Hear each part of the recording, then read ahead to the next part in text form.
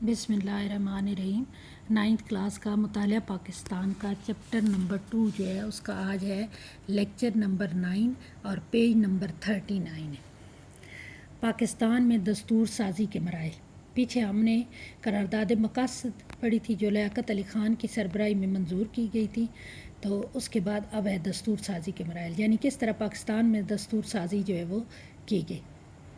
قرارداد مقاصد کی منظوری کے بعد اس بات کا یقین تو ہو گیا کہ ملک کا دستور کن بنیادوں پر بنایا جائے گا۔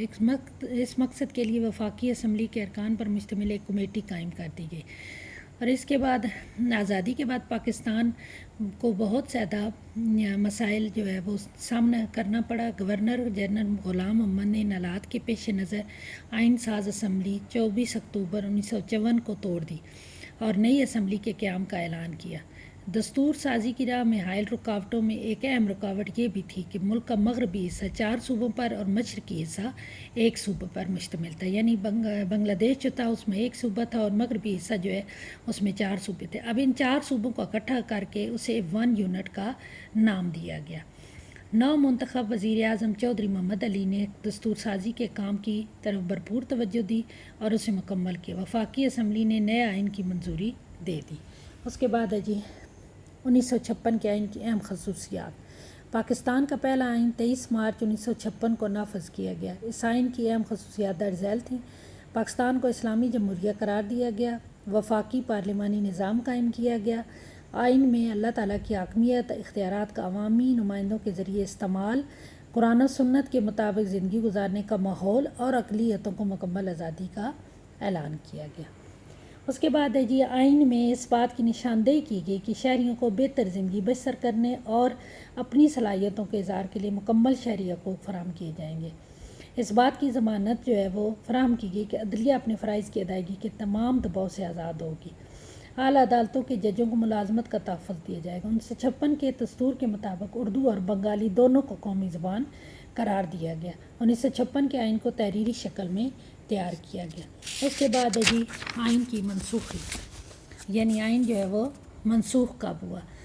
1956 کا آئین 9 سال کی انتھک محنت سے تیار کیا گیا، مگر پاکستان کے مخصوص سیاسی حالات کے پیش نظر جمہوری اداروں میں فوج اور بیوروکریسی کی جو بے جا مداخلت تھی اس کی وجہ سے حکومت جو ہے وہ زیادہ ٹائم پر معاملات میں منمانی جو ہے وہ کی گئی، گورنر جنرل نے کی، اور اس پہ 1956 کا یہ آئین 2 سال اور 7 ماہ تک نافذ رہا، جس کے بعد اکتوبر 1958 میں پاکستان آرمی کے کمانڈر ان چیف جنرل محمد ایوب خان نے ملک کی جمہوری حکومت کو برطرف کر کے فوجی حکومت قائم کر دی اور تمام اختیارات خود سنبھال لیے اور 1956 کا آئین منسوخ کر دیا۔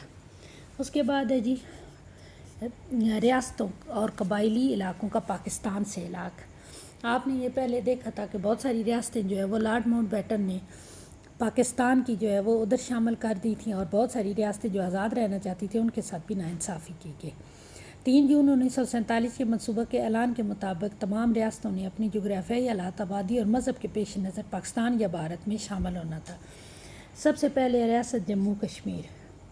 ریاست جموں کشمیر برصغیر کے انتہائی شمال میں ہے، جسے براعظم ایشیا کا مرکز کہا جاتا ہے۔ 1947 میں قیام پاکستان کے وقت ریاستوں کے حکمرانوں کو اس بات کا اختیار دیا گیا تھا کہ وہ بھارت یا پاکستان میں شامل ہو جائے۔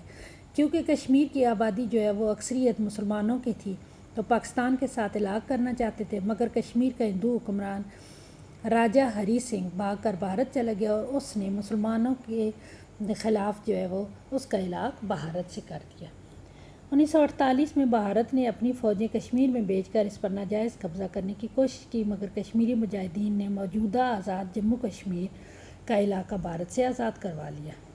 جب مسئلہ اقوام متحدہ میں پہنچا تو اقوام متحدہ نے پاکستان اور بھارت کے درمیان جنگ بندی کا اعلان کر دیا۔ اقوام متحدہ نے اپنی قراردادوں میں اس بات کو اکثریت سے منظور کیا کہ کشمیری عوام کی امنگوں کے مطابق اس کا فیصلہ کیا جائے، مگر یہ مسئلہ کشمیر بھارت اور پاکستان کے درمیان ایک مرکزی مسئلہ ہے جس کے حل کے بغیر خطے کا امن اور ترقی خطرے میں ہے۔ اگرچہ پاکستان نے ہر موقع پر بھارت کو مذاکرات کے ذریعے اس مسئلہ کو حل کرنے کی دعوت دی، مگر بھارت ہر دفعہ ٹال مٹول سے کام لیتا رہا، کیونکہ وہ نہیں چاہتا کہ کشمیر جو ہے وہ آزاد ہو۔ ریاست حیدرآباد دکن۔ حیدرآباد دکن موجودہ بھارت کی جنوبی ریاستوں میں آندھرا پردیش اور تلنگانہ کا مشترکہ دارالحکومت ہے۔ تقسیم برصغیر کے وقت یہاں کا حکمران نظام کہلاتا تھا۔ یہاں ہندوؤں کی اکثریت تھی اور یہ خود جو ہے وہ الگ رہنا چاہتے تھے۔ یہاں کا رقبہ 86,000 مربع میل تھا، لیکن 1948 میں بھارتی افواج نے نظام کی حکومت کا خاتمہ کر کے ریاست پر قبضہ کر لیا۔ ریاست حیدرآباد دکن جو اپنی شاندار تاریخ اور ثقافت کی وجہ سے مشہور ہے۔ ریاست جوناگڑھ تقسیم ہند کے وقت اس ریاست کے نواب محمد محبت خان نے ریاست جوناگڑھ کا علاقہ پاکستان کے ساتھ کرنے کا اعلان کیا۔ حکومت پاکستان کی طرف سے بھی منظوری دے دی گئی، لیکن بھارتی افواج نے 1947 میں ریاست جوناگڑھ پر حملہ کر کے اس پر قبضہ کر لیا۔ اس کے بعد ہے ریاست مناوادر۔ تقسیم ہند کے وقت اس ریاست کا حکمران مسلمان تھا۔ اس نے پاکستان کے ساتھ اپنی ریاست کے علاقہ کا اعلان کر دیا۔ یہ ریاست جوناگڑھ کے ساتھ واقع تھی۔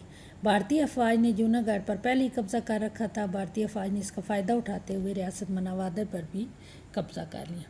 اس کے بعد ہے ریاست سوات، ریاست خیرپور اور ریاست بہاولپور۔ ریاست سوات، ریاست خیرپور اور ریاست بہاولپور کا پاکستان کے ساتھ الحاق ہوا۔ اس کے بعد اگلا پوائنٹ ہے قبائلی علاقے۔ قبائلی علاقہ جات 27,220 مربع کلومیٹر کے علاقے پر پھیلے ہوئے ہیں۔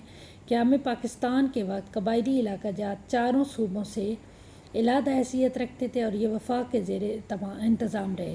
2018 میں یہ علاقے خیبر پختونخوا میں ضم کر دیے گئے، تمام کے تمام جو وہاں پر قبائلی علاقے تھے۔